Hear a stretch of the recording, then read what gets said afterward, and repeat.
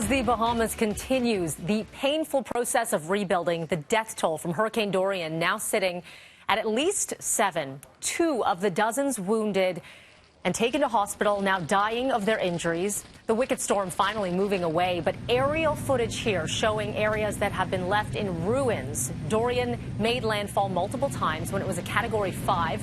It then stalled for days, inundating streets, destroying thousands of homes and buildings. For more, I'm joined by Tim Hibbits, who is a Canadian-Bahamian chef and owner of the Flying Fish Gastrobar on Grand Bahama Island. Tim, thank you so much for joining us today.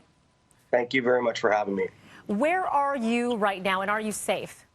Yeah, no, I'm in probably one of the best places to be right now.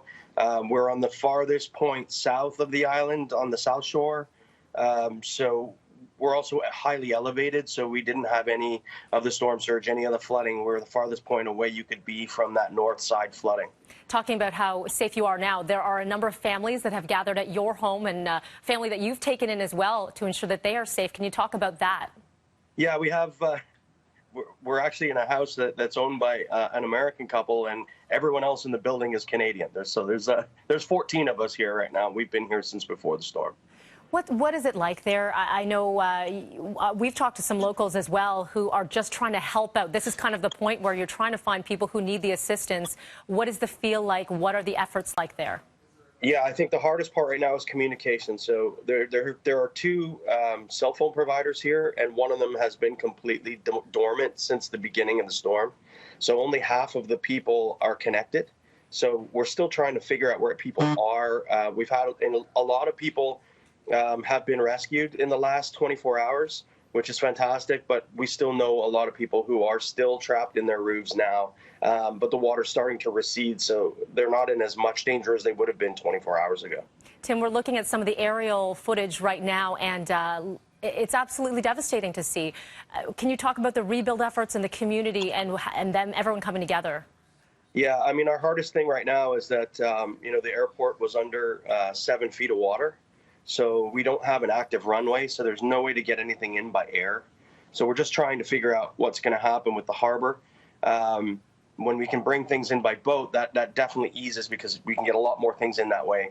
But there's also the roads are all covered in water, so we can't move anything from the harbor by trucks. So once the water recedes, we'll have a lot better effort. But it's this first 5 days after the storm is always the scariest because people are desperate. They're in dire need. There's a lot of injuries. There's a lot of people who are actually, mortally injured or have already passed away. And, we have a good friend.